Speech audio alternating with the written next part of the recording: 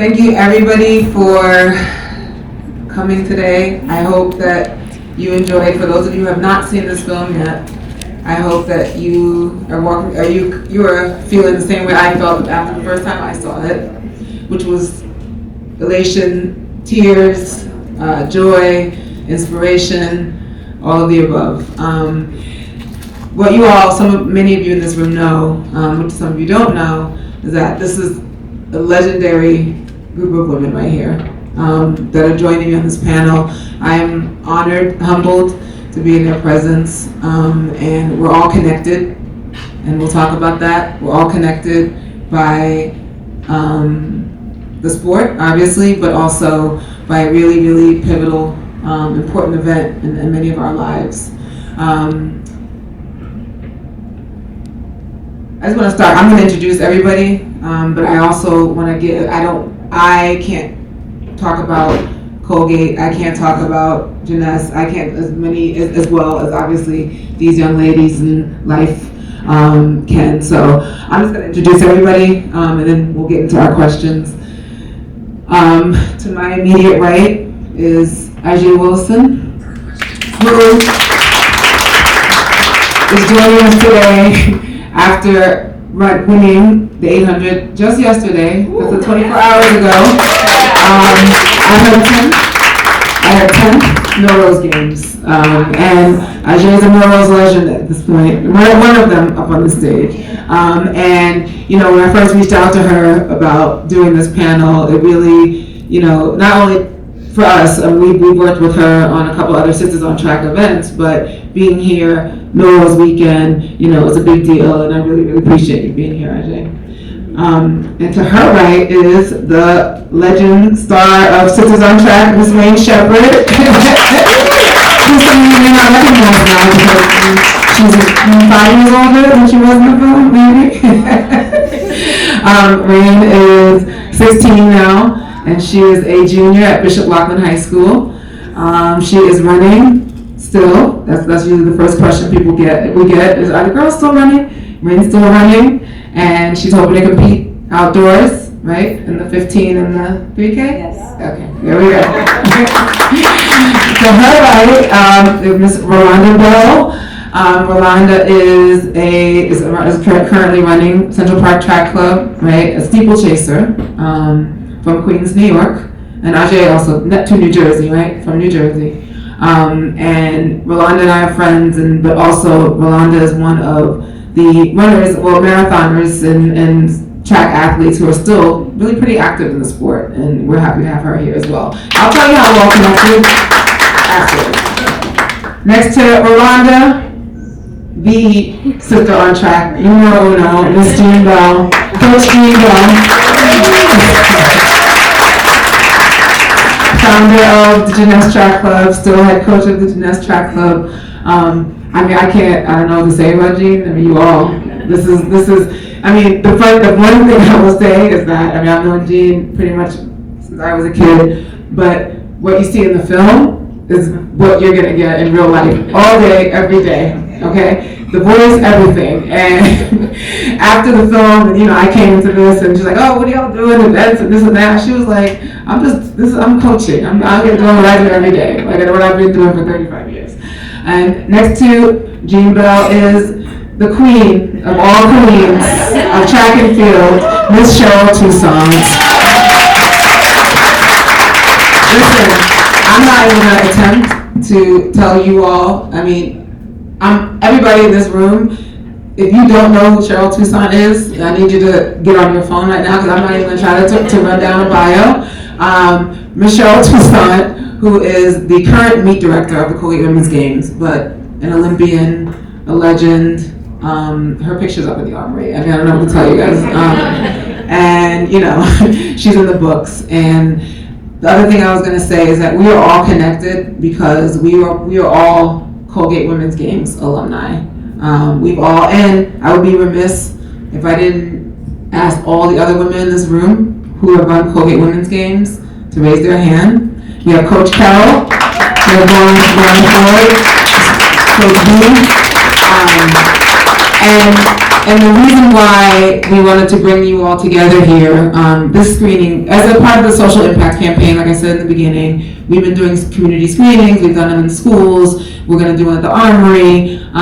This one is special because it's bringing together all of you, everybody in this room is connected to the sport, track and field, running, but also connected somehow to other people, whether you're a coach, whether you're a parent, whether you're somebody who works in the industry. And the reason why we're bringing you all together is because we want to build a coalition of people who can help us to uplift the Colgate Women's Games. And as you saw in the film, Colgate is the longest running track series in the country. And many people do not know that. We in New York and on the East Coast know, but a lot of people don't. And this year, particularly post-COVID, there's a lot of things that are happening with Colgate, and we are looking at you all now as our ambassadors. We want everybody in this room to join us in uplifting the games and really talking to everybody else about the games and figuring out how we can make sure that people know what Colgate is and get them out there. Because at the end of the day, and what we're going to talk about today, is that Colgate's influenced all of our lives in major ways. I'm speaking personally as well. I'm also a Colgate Women's Games alum and still running, and still grateful and humbled to be connected to everybody here through running, basically, which has changed my life. So I just want to ask. I'm just going to ask a few questions, and I want everybody here to answer. And the first question I have for each of you is how being an athlete, track and field athlete, how has that shaped you as a person? If you're still running, and even if you're not running professionally, how has being a track and field athlete shaped you? Hey everybody. So I feel like track has been kind of like the forming foundation of just who I am as a person, from how I feel like social I am, like being Coach Jean Shredder in the movie, being on a team, but it's still being very individual and having to develop those skills of how to make friends, how to just build my confidence has just kind of completely encompassed my life.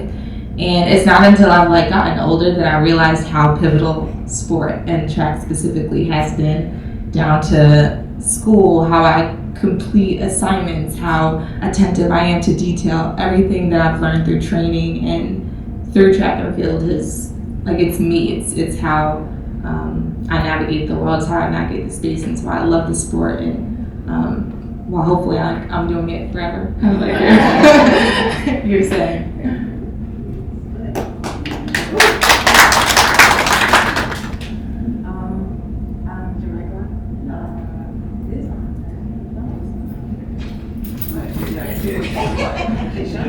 So, track gave me something to do, and that's pretty much it. I didn't really have anything else to do while I was going through that horrible situation. So, running was like an outlet for me, and it still is an outlet for me, even though it's like a lot of pressure, but besides that, it's very fun.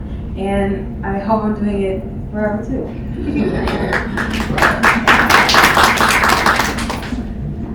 So I guess my story with running, running club track, it offered me a lot of opportunity to travel and meet a ton of people that I probably would never have interacted with if I didn't have running in my life.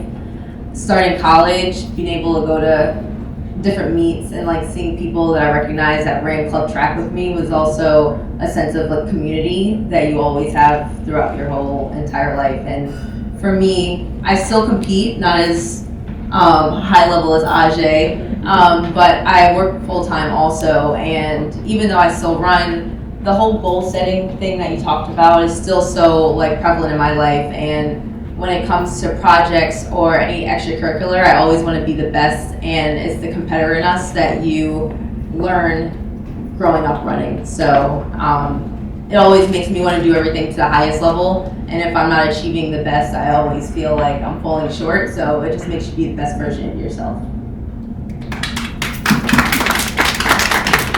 Hi. So running track for me just started naturally, running with my sister Carol. We just loved to run everywhere.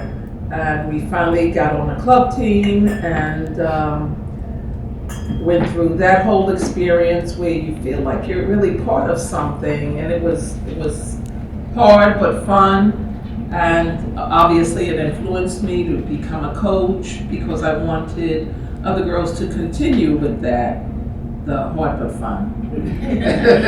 So it's really encompassed my whole life, I guess, from when I was first able to run till now. That's it. So for me, track was actually my first experience outside of my immediate family. And I realized that through the Jeuness Track Club, Fred Thompson, I actually had an extended family, which gave me what I was missing in my personal family. Many don't know. Many see athletes that are up here and you just think they have everything that you don't have. And what most people don't realize is that most of us, we come from a place where there's a need on some level for something else besides what we're immediately involved in that pulls us in a direction. For me, I grew up in a single family household. Grandmother pretty much raised me, never ever knew my father. And so my mom, while she was there, she had her personal struggles with addiction, with recovery. And at 13, being my grandmother, was just a factory worker. She didn't have much of an education. So she never felt the need to do anything more than just keep a roof over my head, over my mom's head. And so at some point, you know, there was never an interest or an inkling to even think about college or education. It was just about surviving. It was just about being able to have a place to come home to where somebody was watching out for me and over me. And then I discovered track. And when I found track, I realized, oh my God, this is a place where there are people, some who are just like me, some who have more than me, some who have less than me. But we all are out here trying to do one thing alone, and that's to be better human beings, to think that we can achieve above where we are. And we're being inspired, in my case, it was by Fred Thompson, a person who felt that every individual deserved a chance at success in life. And he was there to show us the way. He was there to show us we didn't have to settle for our lot in life. We didn't have to just think that this was it. Like when I heard Brooke say, oh my God, it was about being coming out of, I think maybe we'll always be here living in a shelter. And if you don't know that there's a way out, and if there's nobody to show you, you don't think that there's a way out. And so for me, track was my way out. Track was my way to feel that I had a chance, that somebody else cared about me.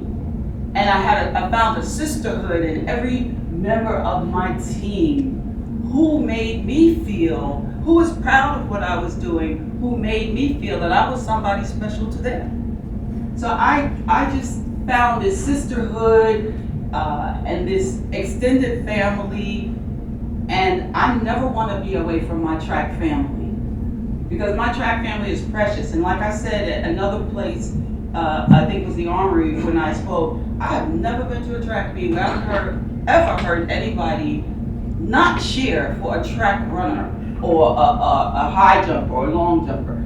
People, they don't even know you. In the track world, the community is tight. And people just cheer you on and support you.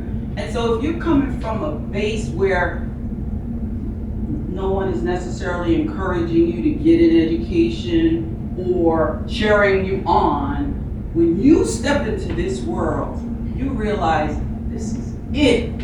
I got this. And the whole educational piece is important, but it's so much greater than that. It's about belonging, it's about surviving, it's about, encouraging each other up or down and maintaining that sisterhood throughout your life. So that's what track did for me.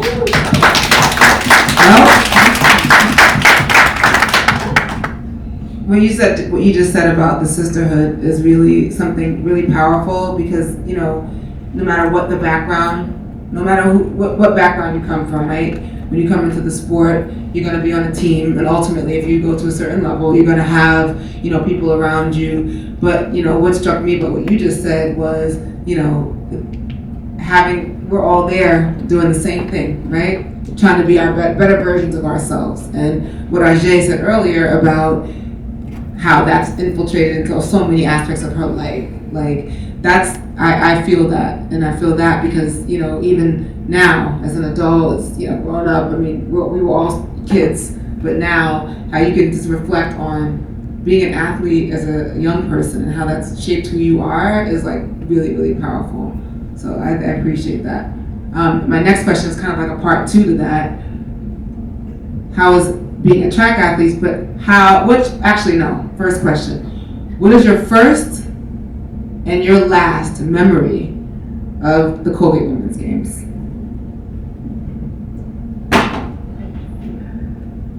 My first memory, I'll say it's tied to, there's the first 2 things that come to my head. So at the end of the finish lines, this is kind of juvenile, but at the end of the finish lines, they'd have the lacrosse tape that sometimes the girls put over their head. And so when somebody ran through the line, it'd be a scramble. Everyone would try to get the tape, and then you roll it up into a ball, and then at the end of the season, it's look how many miles they have your tape. That's one. And then 2, so another reason why the film was so special to me and it touched me is because I also grew up running with my 2 sisters. I was a middle child, just like you. And so we go on Friday nights. My older sister, she's 3 years older than me. She'd compete. We'd drive back home to Jersey, come back up the next morning, and it was always just a great experience to train with my sisters and then cheer them on at races. It was a family affair type deal. My brother would be in the corner playing his PSP, ready to go. But Colgate always just was familial, and there are still people that I race with that I follow on Instagram now, and it's always still flashback to those memories. So Colgate is always super special. Remember your last race? My last race at Colgate, I think it was the last time they had Colgate at Madison Square Garden. It was the last race. Yeah. So I was in high school for sure, and I was ready for a social life. And I remember one of the races was on the day of a dance, and I was Mom, this is my last year doing Colgate because I want to go out to other events, but it was super fun though. It was very fun.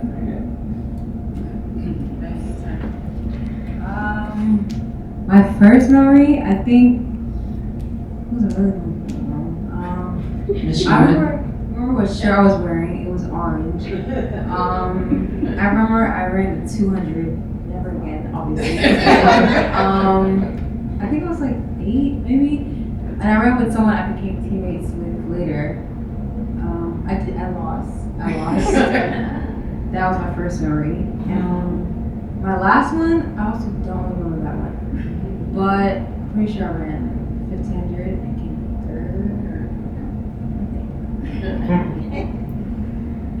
3rd. Okay, Colgate. That was so long ago for me. I do. You're not that old. I do remember my first memory. So at Colgate, they normally line girls up along the wall. At least at Pratt, they used to do that. And you can, if you didn't have a time, you basically like stood wherever you felt like you fit in. And I remember looking at a girl and I was like, I definitely can beat her. So I like stood next to her and she dusted it out. And I was like, you cannot judge a book by its cover. So never again. Credit to her. I don't know where she's at now in her life. My last memory, I was like traumatized because it was at Madison Square Garden. And I was like late to the race, like they were already lined up, it was the final. And I went to pull my pants down, did not have my racing bottoms on, I was like, so I had to like someone covered me to like put my racing briefs on. I was like, I will never forget this, or live this down. But I think I ended up winning or coming second, so it was still a great race. But yeah, I would never forget Colgate. Best experiences, good or bad. Okay, my first memory of Colgate really is when I was still running and we were at practice, and one day my coach, Fred Thompson from the Jeuness Track Club, he sat us all down and said he had this great idea, and he spoke with the CEO of Colgate Palmolive, and he was going to start this series of meets for girls and women for the Colgate Women's Games, and we were all very excited. I was in high school at the time. Don't count that. I'd been in high school for a really long time, till I was 30. So we were all very excited, and we all got in there and ran. All our families became the officials. My mother, and that's my first memory. And I guess my last memory is really 2020, which was the last Colgate. And little did we all know that we would miss 2 years of Colgate, which had been going on for so long, my whole life. I ran as a competitor, then I became an official, and now I'm the head of officials.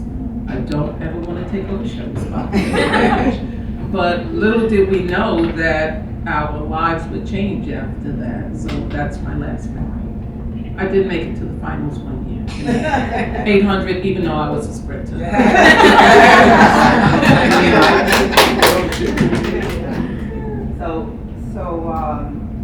My first memory was the very first games, and I didn't compete in the first year.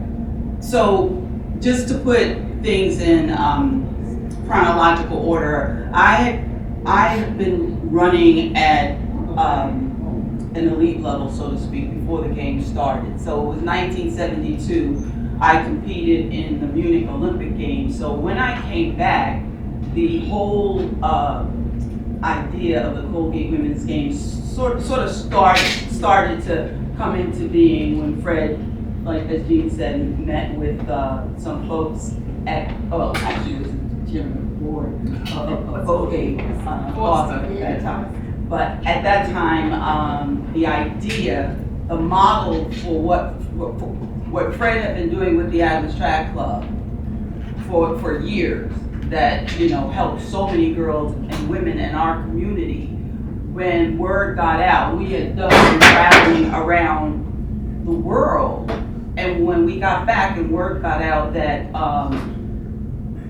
Fred, was really interested in doing something more beyond, to extend the reach of what he's doing. He felt like there would be an opportunity perhaps for other clubs to start up, maybe other coaches or people would be inspired if they had opportunity. There was so few. I don't even think the Armory was around at that time. But anyway, when Fred first decided he was going to put together a pilot, that was done over at St. John's University, Queens College, and it was on a gymnasium floor. First of all, I'm thinking, track runners today wouldn't even consider it. Okay, it was a basketball court, which it was nice. Lorna Ford, if she would just please stand up. The Lorna Ford was in the building. Please stand up. Was an Olympian herself, a member of the Jeuness Track Club, and we trained together and traveled together all over the world, both coached by Fred Thompson. You ran on that track. And it wasn't even a track, it was a basketball floor, hardwood floor, no lanes at all. And somebody went around and just marked a circle around the track. And the place was packed. I couldn't even believe that this was gonna go over well. And it went over so well that Colgate-Palmolive, who commissioned Fred to try and come up with a model for what he had been doing with the atoms, for the Colgate-Palmolive to help extend the reach of the program. And when they saw that, they were like, this is it. These girls gobbled this up.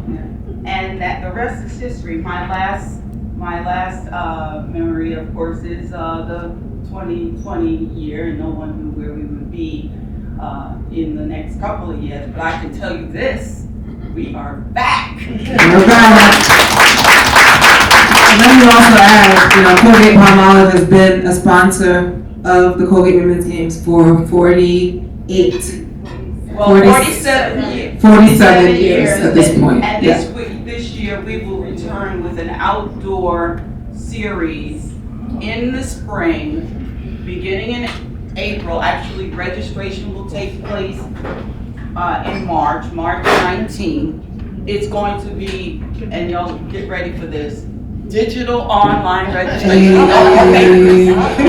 more paper registration. Y'all know about that. The jokes are that, for many years, everything was handwritten. There's piles and piles of paper and of all the contact information of coaches, of athletes, for 40-something years, and it's now being digitized. And so this is a big year. We're happy that we are able to, obviously, Colgate-Palmolive is 150% behind continuing to support this program. They believe in it. They see the benefits, how it's really, the benefits are beyond it's beyond, I can't even express it. It's like we have people who have gone into all sorts of professions, but the benefits are beyond that. I mean, some go into law, medicine, education, but there's so many other professions. And just being able to be self-sufficient and to be able to find your space and carve out your niche and be the best at it is what it's all about. So we're happy to be back. It's going to be outdoors, and I'll tell you more about it, but I want you to mark your calendars. Save the weekends in April. April 3rd, April 10th, April 16th, and April 24th. Those are the dates of competition. We'll give you more information about it. They want this program to continue on. We're at our 47th anniversary this year, and we really want to get to 50. And we want all of you to be a part of helping that and enjoying that. Yeah, exactly. I just want to say something about the track meet on the basketball floor that we started, because just 2 months ago, Jean and I were talking, and Jeuness was looking for a place to train, because obviously, as we know, in New York City, space to train is at a premium. There's not a lot of indoor tracks, not a lot of tracks, period. Certainly not a lot of indoor tracks. And Jean said, oh yeah, we were looking at this gym and that gym. I'm like, but that doesn't have a track. That doesn't have a track. Like, what do you, like, I knew what she was talking about. I'm like, they don't have tracks. She was like, no. I'm just going to put the cones out, and then the girls are just going to run around. I was like, what? So this is still happening, right? This is, and even for me, I'm like, wait, you guys are just training on the turf, and like you're just gonna set up cones and they're just gonna run around. It's like, yeah, we're running, we're training, that's what we do, and that struck me, and because that's still happening, and it's because it's by any means necessary. This is what's happening right now. Like these girls are out there, they're doing it, and they're coming to train, and they're getting ready, and I just. And the fact that the games started that way, and also the games started with Olympians, and the games still has Olympians coming out of the Colgate Women's Games, and that's the other thing, and that people need to understand is that the level of competition, and I know personally, level of competition in Colgate women's games is unmatched. And I know all of you here have experienced that in some way, shape, or form. And that's shaped you not only, as a person, right, but even going back to the athletics, like shaping you as an athlete. Like in my day, you didn't come to Colgate, you couldn't come out of shape, just trying to run. No, you had to be on top of it, on everything, right? That was what it was. So I know for me personally, just in terms of sports, in terms of the sport, that was a big one. And that was my third question, was kind of like a part two, and some of you kind of already answered this, but how has being an athlete shaped you? How has, but I also want to know specifically a memory. You all talk about memories of Colgate, but I would love to know a memory of Colgate that has influenced or impacted you in any of your journeys, sport in terms of physically in sports, but also professionally. For those of us who are still running, who aren't running anymore. I think Colgate was my first lesson in taking L's, coming back the next year, and having something to go after. So I started off playing soccer, team sport. It wasn't anything measurable to say oh, I'm getting better, or this is something that I'm working towards. But when I first started at Colgate, I was doing the 400, and so I think my first year, I got 6th place. And so I go to Madison Square Garden, and everybody competes, and they have the most, I think it's the most valuable athlete, or the best athlete in the meet. And it was this huge deal, and I've never been super, I need to do this, I need to be done, or, super huge aspirations as a kid. But that was the first time where I was next time, I want to try and do that. That's where I want to be. And so every year was about getting better. And the cool thing about Colgate is because it's a weekly series, it's really about learning how to build. Okay, first week you get third. All right, next week I want to get second. Okay, I want to run 20 seconds faster. It was really my first lessons in how to put a season together and how to stay motivated, and just big picture, how all those races make sense for your end goals. And yeah, that's something I still do to this day, and something that it's with me from learning it for second week.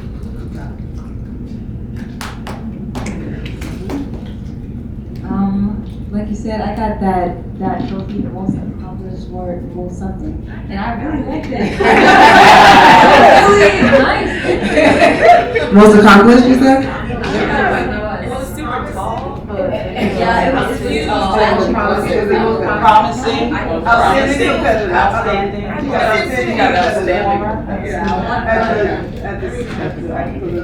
I was really happy to get that. But most importantly, it was like you said, taking L's. There was this one, no, not even one time. There was this girl, nobody remembers, but I will always remember. There was this girl named Lauren who was so tall that I could never beat her. I never did beat her, ever. But it was I always wanted to beat her every week. So it was something Colgate really is pushes you. And all the people there. And there was another girl named Maya. She was scary too. I could never beat her. I mean once, but those were the times where I would always remember. Thinking back, I think the most memorable was the fact that I went to high school in Long Island, lived in Queens, and my high school coach used to dismiss me out of high school early just so he could drive me all the way to Brooklyn to make it for the Colgate games. So that was really special. My mom would get off work and meet us there. So that was really special. And then the intensity walking in that building of being ready to compete is something I'll never forget. You knew it was game time. You knew you had points to earn based off of your place, and the whole goal was to make it to that final competition. One girl, I feel we all have similar stories about having that one person. Her name was Babiola. She went to St. John's University. But she was always the one to beat, and I always went to Colgate she's the one to beat, and this is the future of women's running, and I know that throughout my whole career she'll always be there. So you just knew the talent level was really, really high, and the ability to like reach those goals that they talk about, like it starts at the Colgate games, and every year it was like the same, like it never died out, like it was always the same girls, and you knew what to expect, and you knew that it was game time, and it taught me how to compete. Yeah. I think since we're name dropping, full circle, Shanique De Silva. And she ran for Jeuness.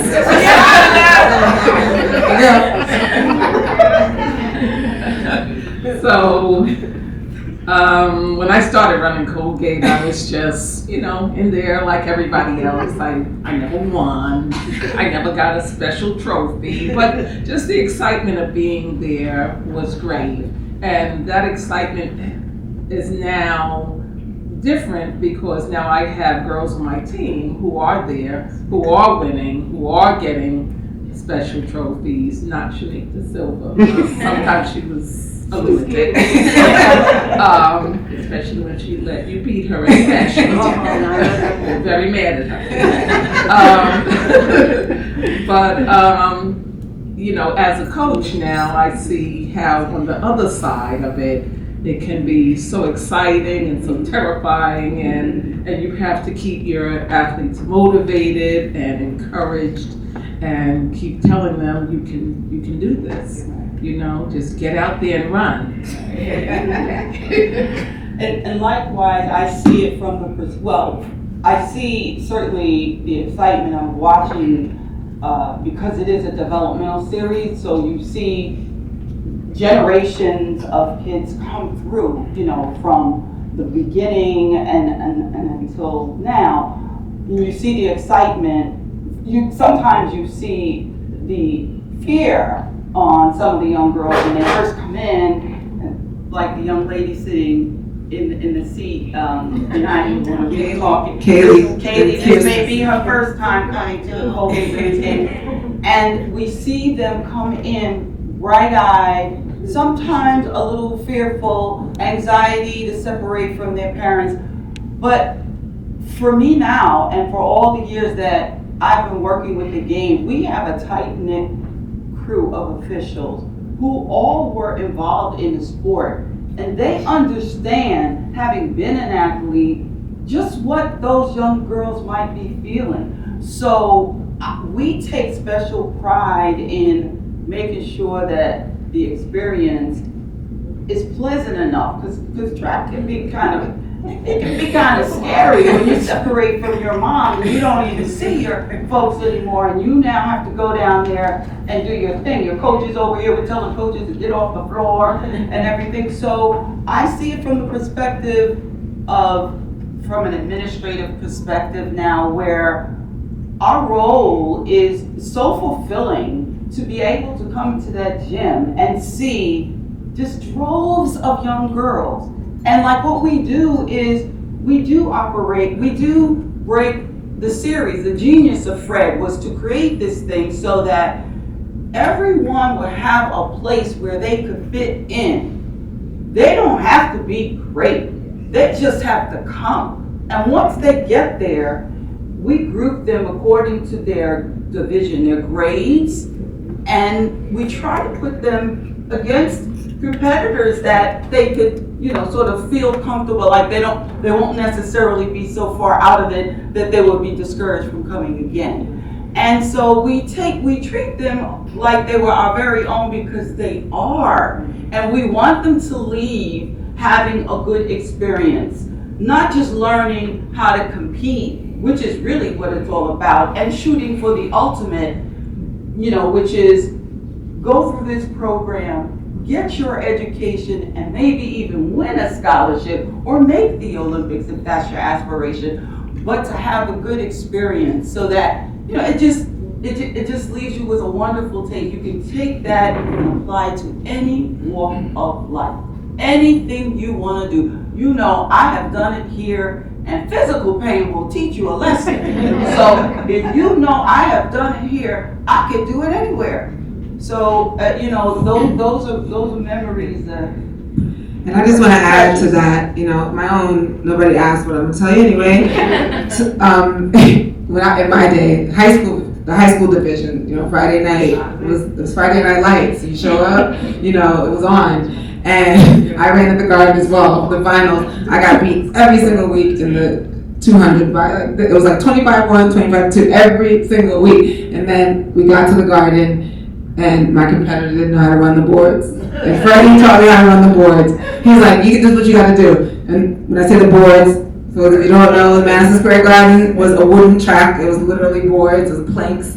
And it wasn't the armory, it was like you had to know how to run on that. And so she didn't know how to run the board, so I won. She won overall, but I won that day, so that's all that matters. But the other thing I was gonna say is that not just for the little kids, I just recently, still competing and still, as a mom, as an older person, like I remember the College Open 30s plus divisions. Like I remember seeing grown women get out there. Some of them were my teammates, Swanee, and she had kids. She would wheel them into practice, and she would then compete on the weekends. Like, I remember seeing women and mothers competing. They were still competing, running the 1500, running the 200. And now, I didn't realize at the time, obviously, just recently, I'm like, oh, that was totally normal to me, like, to see that, and like, that's probably why in my head, like, oh, of course you're still a competitor. We're never not competitors, we're never not athletes, right? And it's just so ingrained in all of us. It's like,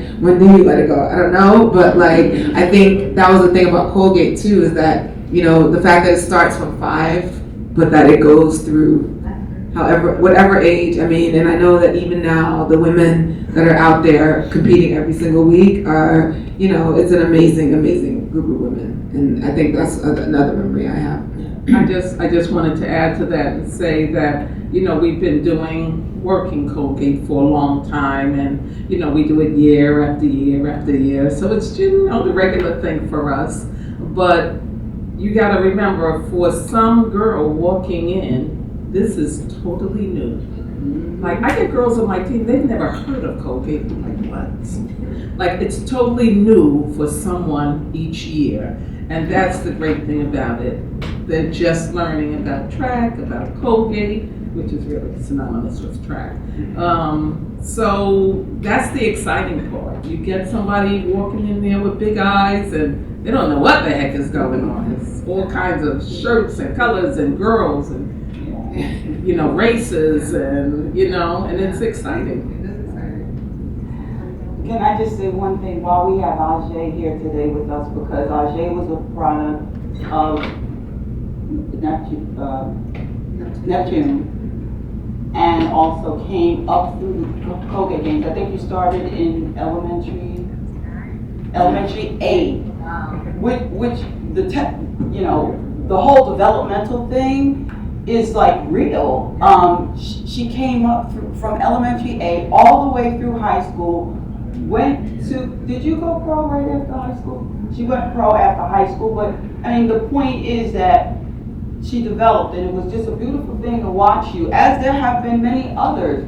And it's a proud moment for us to see you blossoming and into the athlete that you've become and still are. And it is just phenomenal. And I think I speak for all the coaches. So many coaches as well have come out of the pro or gotten into coaching because of bringing girls to the meet and then not knowing, wanting to find a place for them in their neighborhood or wherever they were from, to be able to offer them an opportunity to continue to train, because you can't just compete, you have to train. So, and training facilities are hard to find. That's hard enough. Finding a coach, finding a mentor, finding somebody that's going to stick with you every day of the week, all year, every year, that's big. That's a big time commitment. And so many coaches, from when Fred started to where, Jean and Jeuness and so many other teams I can, to have come or have emanated or gone back to their hometowns and started up organizations. And that's why we see the sport blossom and so many women coming out of the sports and doing so many wonderful things. So congratulations to you, Ajeé, on your 2021. birth on the Olympic team and the one before that, and we're just so proud of you, and you know, you as well, Rainn, you know, you as well, Rolanda, Rolanda, yeah. And because that's what this program, you know, speaks to, that, you know, no matter what level you go up to, it's a developmental program. You get a chance to get in there and get dirty with it and learn how to do it. And that's what we love about it. So congratulations. Yes, thank you. I'm going to wrap up soon. I just wanted to give you guys, if anyone had the opportunity for you all, if you had questions or comments from the film, for any of these young ladies here, to ask, you have that opportunity as well. It's a small group, but I also, to your point, Cheryl, wanted to just mention the idea of legacy of the Colgate Women's Games, because you know, Jeuness, which is obviously prominently featured in the film, and the connection to Colgate Women's Games. I mean, Colgate's in the film, but really what we're talking about is the legacy of the Untitled Track Club, of Fred Thompson, of the Colgate Women's Games, that basically birthed Jeuness Track Club and Jean Bell here, you know, and it's like we're all a part of that. And I feel like, you know, everybody here who's come here today, you know, to talk to at least one or two or three other people about Colgate, about signing, you know, I've already, you know, I have two sons, you know, unfortunately, I don't have any girls. But I've already, all my friends with daughters, I'm like, oh, they're running Colgate, obviously, if we're gonna sign them up. Like, so I you know, I think just as ambassadors of the Colgate Women's Games, that's something that we all, you know, are gonna be as people, but also what we would employ you guys to be as well, and just get folks involved. Because it's not just the education, it's the mentorship, you know. What we don't talk about in the film, and you know, I told her to talk about this, but you know, Rainn was brought to the Colgate Women's Games by her babysitter. Her babysitter brought her and her sisters to the games because her children were running, right? It was like, oh, something to do. That changed their entire lives, just like that. They met Coach Jean. They became Jeuness Track Club. I mean, the rest is history. The rest is history. And it was just that one thing, you know, a babysitter bringing them to Colgate, you know. And I think that's so powerful, and it just gives me chills when I think about that, because it's something small. There's always something small that makes a big difference. So. And the crazy thing is, the babysitter's daughter ran for me before. Wow. Yeah. We didn't find out until later. Yeah. So, but thank you everybody for coming tonight, for you know, showing up, for sticking it out, and for, you know, joining us. And I hope that you all are walking away feeling inspired and warm and fuzzy. Yeah. I know I am. And you know, hopefully, and we're all in touch. You know, the social impact campaign for this film. You know, the idea of an impact campaign is that it goes on. You know, it goes on far beyond. I mean, the film has been on Netflix since June, but we're still doing screenings because this is the opportunity to bring people together to talk about it and for you guys to share it. And so we're all asking you guys to do that, to continue to do that, and we hope you will. And we're all connected now, and so we'd love to keep you involved in what we're working on. And like Cheryl said, you know, there's a big announcement coming tomorrow about Colgate. Yeah, Monday morning, there's supposed to be a press release about the return of the games, that we're going to have an outdoor series. It's going to be held in New York, but in different venues. We typically would have it indoors, but given what we're dealing with the pandemic, we're opting to have an outdoor mini-series starting in April, where weekends in April we'll have 2 competitions at St. John's University. The first 2 weekends in April, the 3rd and the 10th, where anybody can come out and participate. That would be the first 2 preliminary meets, and then the semifinals and the finals will be held at Icon Stadium. So you can visit www.colgatewomensgames.com. Probably in the next week, the information will be up on the website. And like I said, digital registration. So when March hits, March 1st, they'll have the application or the form up where you can just go fill it out. And then we're still going to have our traditional registration day, where you get your free t-shirt that you have to compete with. You're going to be getting bib numbers, Colgate products, Colgate backpack, and all the like. So we hope to see some of you, all of you, there. And you all should be walking away with these wonderful gift bags that we put together.